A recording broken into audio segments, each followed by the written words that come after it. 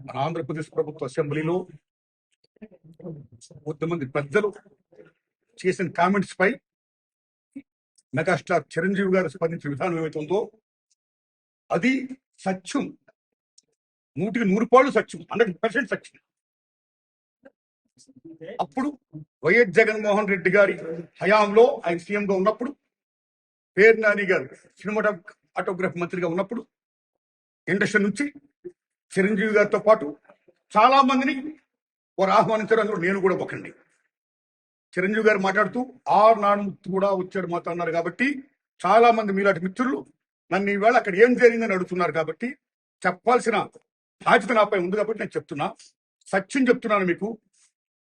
జగన్మోహన్ రెడ్డి గారి గవర్నమెంట్ మా సినిమా కళాకారులు కానీ చిరంజీవి గారిని కానీ ఎవరిని కూడా అవమానించలేదు, చాలా గౌరవించారు. సత్యం. ఎందుకంటే కోవిడ్ కష్టకాలంలో సినిమా రంగం ఏమైపోద్ది అని భయోందనతో ఉన్న దశలో పరిశ్రమ పెద్దలందరూ కలిసి చిరంజీవి గారిని కలిశారు. పరిశ్రమ పెద్దగా ఆయన భావించి, ఆయన గౌరవించి నన్ను ఆహ్వానించారు. చిరంజీవి గారు స్వయంగా నాకు ఫోన్ చేశారు కూడా. అదే సంస్కారం. అప్పుడు నేను ఢిల్లీలో ఉంది. నారాయణమూర్తి ఇండస్ట్రీ కష్ట పరిస్థితిలో ఉంది.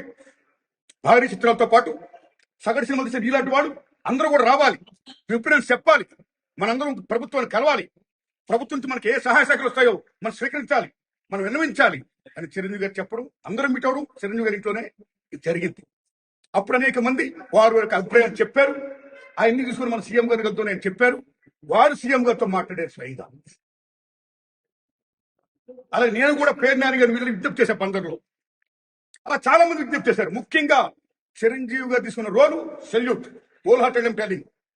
పరిశ్రమ పెద్దగా వాట్ ది బెస్ట్ రోల్ ఈ ప్లేడ్ దట్ డే. ఆయన ఎవరు అవమానించారు, చాలా గౌరవించారు. మమ్మల్ని ఎవరు అవమానించారు, చాలా గౌరవించారు. మేమందరూ అటు వెళ్ళాం, సమస్యలను చెప్పాం.